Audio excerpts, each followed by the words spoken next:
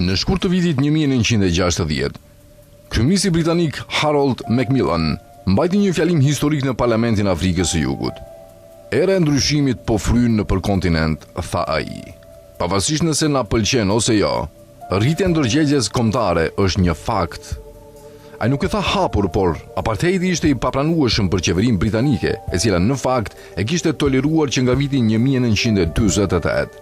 Në të ardhmen, Britania nuk do të pengonte lëvizjet për pavarësi. Sigurisht, ajo vazhdoi ta bënte këtë dhe Macmillan po fliste vetëm për Afrikën, jo për lindjen e mesme, ku në vitin 1956 SBA e poshtëroi Britaninë duke detyruar të ndalte agresionin tripalesh kundër Egjiptit, të nisur së bashku me Francën dhe Izraelin vetëm 10 ditë më parë, shkruan Jeremy Salt, profesor i lindjes së mesme moderne. Në vitin 1946, Britania shpalli tërheqjen nga Palestina, jo për arsye morale, por sepse nuk mund të përballonte më qëndrimin atje. E njëjta arsye qëndronte pas tërheqjes nga India dhe kolonitë e tjera. Lufta e dytë botërore e kishte lënë vendin pothuajse të falimentuar dhe të varur nga ndihma financiare amerikane. Perandoria ishte bërë një luks i papërballueshëm.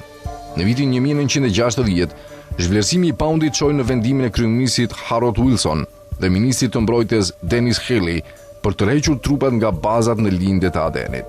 Kjo përfshinte jo vetëm Malajzinë dhe Singaporin, por edhe Gjirin Persik. Me kalimin e kohës, lindja e Adenit u interpretua si tërheqje nga të gjitha bazat në lindjet e Suezit. Megjithatë, edhe pse Britania kishte humbur fuqinë, nuk kishte humbur ambicien. Në realitet, Britania nuk u tërhoq kurrë plotësisht nga lindja e Suezit. Ajo kishte dominuar Gjirin Persik që në shekullin e 19 dhe vazhdoi ndikimin përmes shteteve të Gjirit. Në vitin 1971, këto territore fituan pavarësi formale, si Emiratet e Bashkuara Arabe. Omani, Kuvajti dhe Bahreini mbetën të lidhur ushtarakisht me SBA ose Britaninë. Britania riktheu një bazë detare të përhershme në Bahrein në vitin 2014 dhe hapi një bazë ajrore në Emirate në vitin 2024. SBA dhe Britania ndan gjithashtu bazën ushtarake në Diego Garcia në Oqeanin Indian, ku popullsia vendase u dëbua me forcë për përdorim ushtarak. Në mesdhe, Qiproja mbeti bazë strategjike britanike që nga viti 1878. Në vitet e fundit, baza ajrore britanike në Akrotiri është përdorur për fluturime vëzhguese mbi Gazën. Lidhja me luftën kundër Iranit qëndron në kërkesën e Teheranit për tërheqjen e plot të SBA-s nga Gjiri Persik, si kusht për përfundimin e luftës. Kjo do të nënkuptonte edhe tërheqjen britanike, një tërheqje në Ky moment historik krahasohet me krizën e Suezit, një pikë kthese në rendin global. Në javët e fundit, Donald Trump i ka ofruar kushte që në fakt janë ultimatum. Pranoni ose do të shkatërroheni.